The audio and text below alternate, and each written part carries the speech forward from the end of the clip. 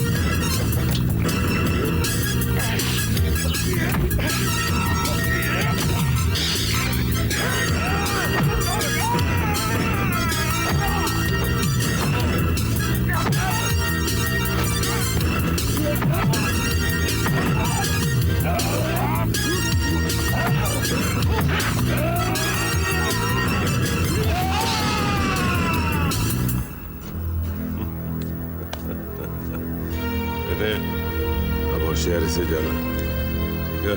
चलो, खुदा हाफिज़ अब्बा। ताज्जुब है सर, आप जैसा ज़हीन और स्मार्ट ऑफिसर एक ऑर्डिनरी चाल में आकर धोखा खा गए। हाँ इंस्पेक्टर, मैं इस बेवकूफ़ी के लिए कभी खुद को माफ नहीं कर सकता। सर, आपको गुमराह करके माजिद खान दूसरे रास्ते से लियाकत से मिलने गया होगा, और ये जाहिर है सर। हाँ, यही हुआ होगा, डेफिनेटली यही हुआ होगा। सर, आपने खान और मंगल को इंट्रोगेट तो किया होगा? किया तो कुलकर्णी, काफी सिवियरली किया था, लेकिन सबूत न मिलने की वजह से मैं उन्हें अरेस्ट नहीं कर सका। लियाकत का जेल से सुरंग बनाकर भाग जाना हमारे लिए शर्म की बात है, और इससे भी ज्यादा शर्म की बात तो यह है कि हम उसे आज तक गिरफ्तार नहीं कर सके। इस एस्केप की वजह से प्रेस हमें यूजलेस एंड करप्ट डिपार्टमेंट कह रही है। हमें इसे गलत साबित करना होगा, और इसका एक ही तरीका है, लियाकत की गिरफ्तारी। भाई साहब, आप खाना खा लीजिए। साहब तो शायद किसी काम में उलझ गए होंगे। काम में उलझते तो फोन तो कर सकते थे। जो आदमी 4-5 बजे हमेशा आ जाता है, आज 11 बज गए, ना फोन ना कुछ। 10 बार ऑफिस भी फोन कर चुकी हूँ। एक बार और कर लीजिए ना।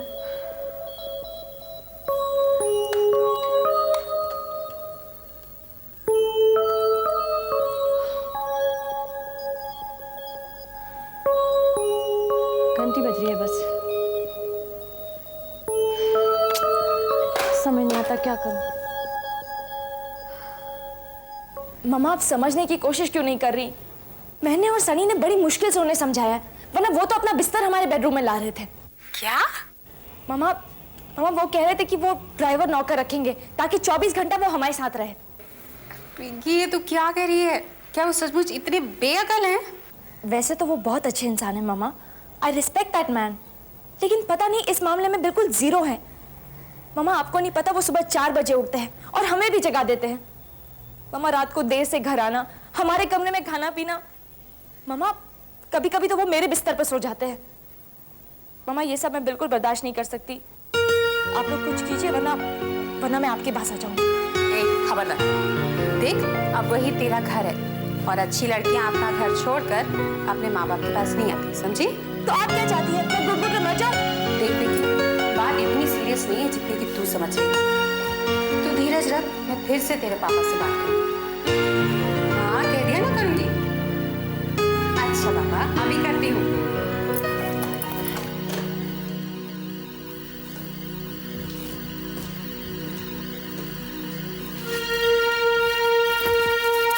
पिंकी की प्रॉब्लम तो और भी सीरियस होती जा रही है। क्यों, क्या हुआ? सनी ने अपने भाई से बात नहीं की क्या? बात तो की थी, लेकिन कोई असर नहीं हुआ। हमारी बेटी बहुत दुखी है, अब आप ही को कुछ करना पड़ेगा।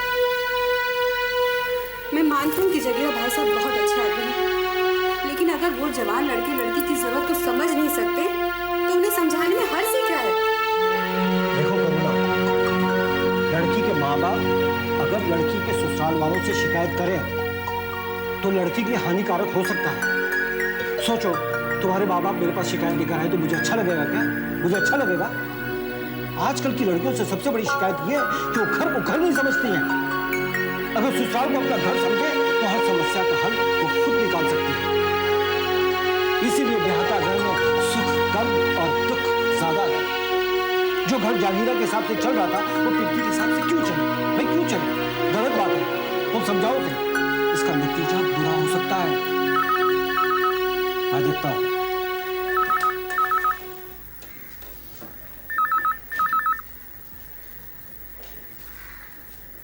हेलो देवयानी, इस वक्त सब खैरियत तो है ना? अशोक भैया, सुशील आपके यहाँ तो नहीं आए ना? क्यों, क्या हुआ? अभी तक घर नहीं पहुंचे, नहीं फोन आया। ऐसा तो कभी नहीं करते वो। ऑफिस से मालूम किया? हाँ, ऑफिस में भी फोन किया, वहाँ पे भी नहीं है। हो सकता है किसी क्लाइंट के साथ बिजी हो। अगर देर होती तो भी फोन तो कर सकते थे ना। अशोक भैया, जरा लाला जी के यहाँ फोन करके पता कीजिए। हाँ, मैं फोन करके तुम्हें वापस फोन करता हूँ। अशोक भैया, मुझे बहुत चिंता हो रही है, समझ नहीं आ रहा क्या करूँ। नहीं नहीं देवयानी, इस शहर की जिंदगी बड़ी अनप्रेडिक्टेबल है। आ जाएगा, मैं फोन करता हूँ। सुशील घर नहीं पहुंचा। हेलो अनीता बेटा। जी अशोक अंकल, बोल रही हूँ। सुशील वहां है क्या? नहीं तो क्यों? वो घर नहीं पहुंचा, जरा अपने पापा से पूछना। जी अच्छा, एक मिनट। हाँ पापा। आ रहा हूँ बेटे। पापा फोन। अशोक अंकल। इस वक्त? हाँ भैया, लाला बोल रहा हूँ। नहीं तो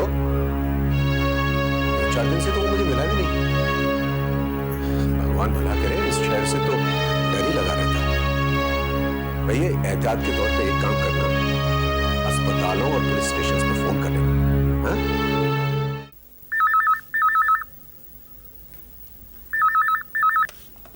हेलो।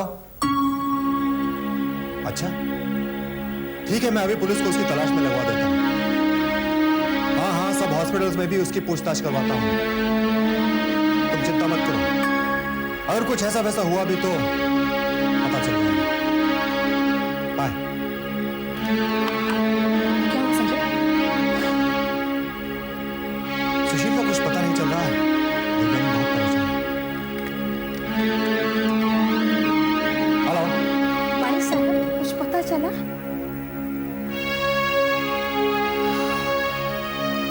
हे भगवान, रक्षा करो।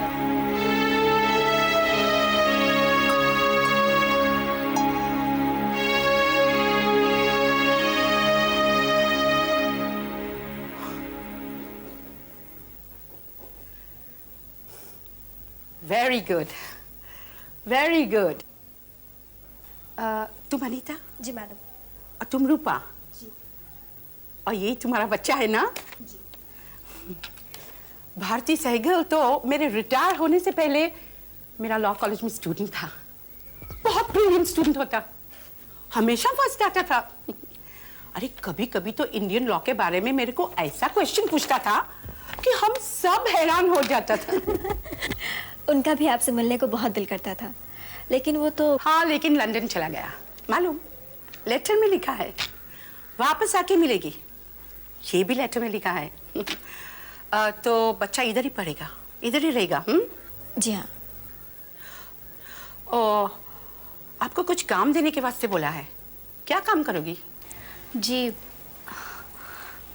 जो आप कहेंगी। तो ठीक है, हम यहाँ पर ही रहते हैं। You become my personal assistant. मेरा घर संभालो और मेरे को भी संभालो। संभालोगी ना? जी जरूर संभालूंगी।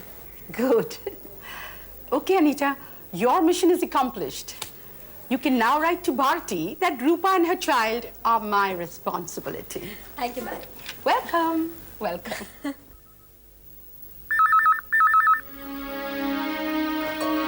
हेलो। ललित हॉस्पिटल से मैं डॉक्टर भानु साहब बोल रहा हूँ। एक नौजवान जख्मी हालत में हमारे अस्पताल लाया गया। बहुत सीरियस है क्या? घबराने की जरूरत नहीं, आप पहले जाकर उसकी पहचान करें, बाद में सवाल पूछें। मैं अभी आती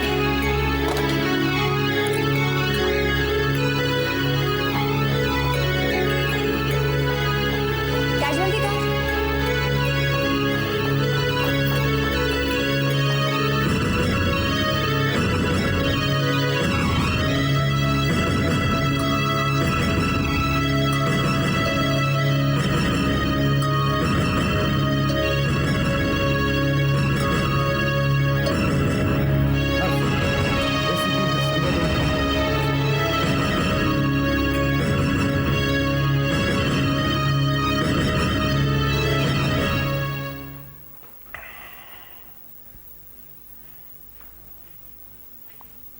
आओ मंगल, वो वकील का बच्चा जिंदा या मर गया? जिंदा है खान साहब, मगर बेहोश है। उसे होश नहीं आना चाहिए, किसी भी कीमत पर नहीं। उसको हमेशा के लिए बंद कर दो। अस्पताल के किसी भी जरूरतमंद नर्स या कंपाउंडर को पैसे देके ऐसा इंजेक्शन दिलवाओ जिंदगी भर के लिए कोमा में चला जाए।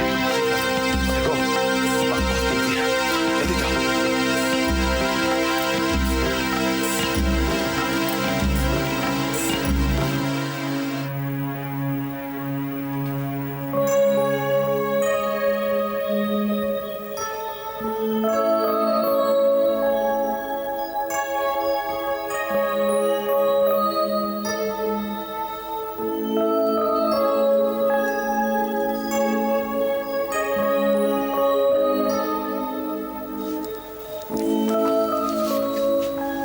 मरीज कोमा में चला गया है। ऑपरेशन के सिवा अब और कोई चारा नहीं है। तो ऑपरेशन कीजिए ना डॉक्टर साहब। लेकिन डॉक्टर साहब, आप किसी तरह इन्हें बचा लीजिए। मेरे बच्चे को बचा लीजिए, मेरे बच्चे को बचा लीजिए। आप ऑपरेशन कीजिए डॉक्टर साहब। मेरे बच्चे को बचा। मगर ये ऑपरेशन बहुत महंगा होगा। इस वक्त सस्ता महंगा कौन देखता है जी? मेरा ट्रक किस काम आएगा? कितना महंगा होगा डॉक्टर साहब? 2 लाख, 3 लाख? मैं अपना घर बेच दूँ। ठीक है, 25-30 लाख का बंदोबस्त कर लो। 25-30 लाख रुपए? इतना रुपया कहाँ से आएगा? तो क्या पैसे की वजह से मेरे बच्चे की जान चली जाएगी? डॉक्टर साहब, आप बड़े से बड़े सर्जन, बड़े से बड़े डॉक्टर का इंतजाम कीजिए। रुपया आपको आज शाम तक मिल जाएगा। ठीक है, ये तो और भी अच्छी बात है। दिव्या दी, तुम होश में तो हो? इतना पैसा कहाँ से लाओगी? पापा का दिया हुआ मल्होत्रा एम्पायर में जो मेरा 15% शेयर है वो बेच दूंगी।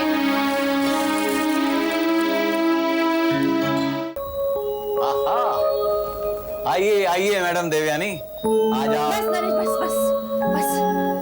आज अपनी इस गंदी जबान से एक लफ्ज भी और मत निकालना। मैं बहुत गुस्से में हूँ आज। और अगर तुमने मेरी बात नहीं मानी और मेरी हंसी उड़ाने की कोशिश की तो ओके, मैं खड़े खड़े इस मल्होत्रा एम्पायर में आग लगा दूंगी और उसके बाद मैं तो तुम्हें बाहर निकलने दूंगी नहीं। ऐसा क्या हो गया? क्या अनर्थ हो गया तो इतनी अपसेट हो तुम? ये जानने का हक तुम खो चुके हो नरेश। ऐसी बात नहीं है देवयानी, मुझे बताओ क्या आफत आ गई है तुम पर? मुझे तुम्हारी हमदर्दी नहीं चाहिए नरेश, मुझे 25 लाख रुपए चाहिए। 25 लाख। हाँ, अभी और इसी वक्त। लेकिन देवयानी, मुझे बताओ तो। ये रहे मेरे वो 15% शेयर जो तुम खरीदना चाहते थे। इसके बाद ना तुम कुछ पूछोगे ना मैं बताऊंगी। No more questions please, that's it.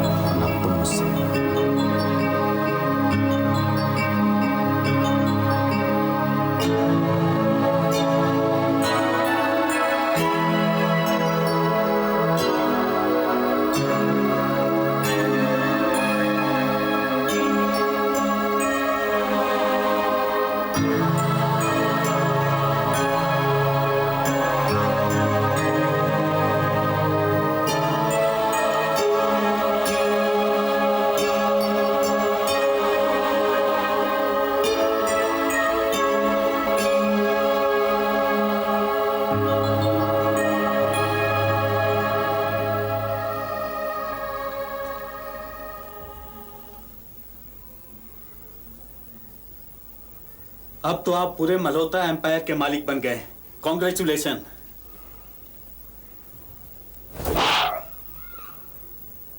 तुम सिर्फ मेरे अकाउंटेंट हो, समझे? आज के बाद दोबारा कभी भी मेरे फैमिली मैटर्स में दखल देने की कोशिश की तो मुझसे बुरा कोई नहीं होगा, समझे? You may leave now.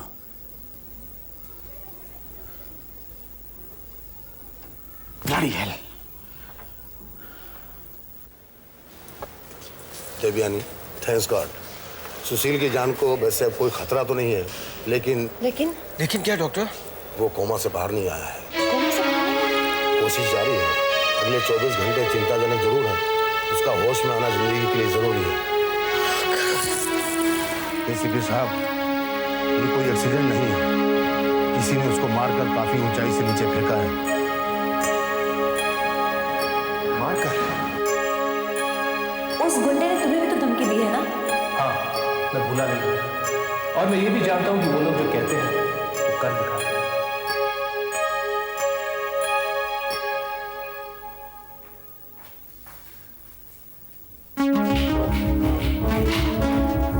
Majid Khan Pathan, मैं सुशील कुमार की पत्नी हूँ और मेरा नाम देवयानी है। जानता हूँ, बहुत अच्छी तरह जानता हूँ। नहीं जानते, तुम देवयानी को नहीं जानते। अगर जानते तो ऐसी हरकत ना करते जो तुमने मेरे पति के साथ की है। हरकत? ऐसी हरकत? क्या उसकी कोई फीस बाकी रह गई? फीस नहीं, जवाब बाकी रह गया है, जवाब। मेरे पति इस वक्त अस्पताल में है और जिंदगी और मौत से लड़ रही है। मैं तुम्हें खबरदार करने आई हूँ खान। अगर मेरे पति को कुछ हो गया तो मैं तुम्हें जिंदा नहीं छोड़ूंगी। पोती पोती कर दूंगी तुम्हारी, याद रखना, पोती पोती कर दूंगी तुम्हारी।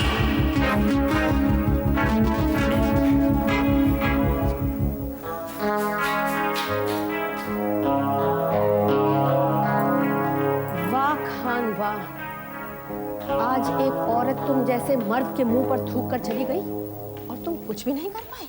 बेगम, कसम की हथकड़ी हाथों में ना पड़ी होती तो खुदा उस समान हालत में ना रहती बनकर हम पे बरसी थी। औरत को इतना कमजोर मत समझो। अब वह तो वो बेरहम नहीं होती है तो उसके इंतकाम के कहर से फलक अपना जाए। ईमान इजाजत देता है जान को बनाए, जान लेने की कोशिश करने वाले की जान ले सकते हो। ईमान ये इजाजत नहीं देता कि किसी सुहागन का सुहागन सके उसे देवा बना दे। खुदा न करे अगर इंसाफ का कहर टूट पड़े, पूछ बदनसीब का क्या होगा? हीरे जवाहर का मातमी लिबास पहनाओगे मुझे? तुम्हारा रोजा, तुम्हारी नमाज, तुम्हारे हर वक्त का अल्लाह अल्लाह करना मैं बदले से नहीं कर जाती। मेरी बीवी हो जा तुमसे देवयानी। तुम्हारी बीवी है, बिल्कुल उसी तरह जैसे देवयानी किसी की बीवी है। तुम गुनाह से कैसे बचोगे? खुदा को क्या जवाब दोगे? लोग तो मक्का मदीना की हज करते हैं, तुम जहन्नम की हज करके आए हो, ये कहोगे? पागल हो गई हो तुम। अब इनसे बात करने का सलीका तक नहीं रहा तुम्हें। एक लफ्ज़ भी और बोला तो क्या कर लोगे? टुकड़े टुकड़े कर दोगे मेरे? जिंदा दफना दोगे मुझे? लानत कैसी जिंदगी पर। एक तो बेटा है और वो भी तुमने मुझसे छीन लिया। मैंने नहीं, तुमने मेरा बेटा छीना, तुमने। अरे कानून को अपने बाप की जागीर समझता था और तुम उसे शह देती थी। बेटे को गुमराह किसने किया? तुमने, बिल्कुल तुमने, तुम्हारे लाड प्यार ने। औलाद बाप के नक्शे कदम पर चलती है, क्यों नहीं छोड़ा तुमने गुनाह का रास्ता? बेगम,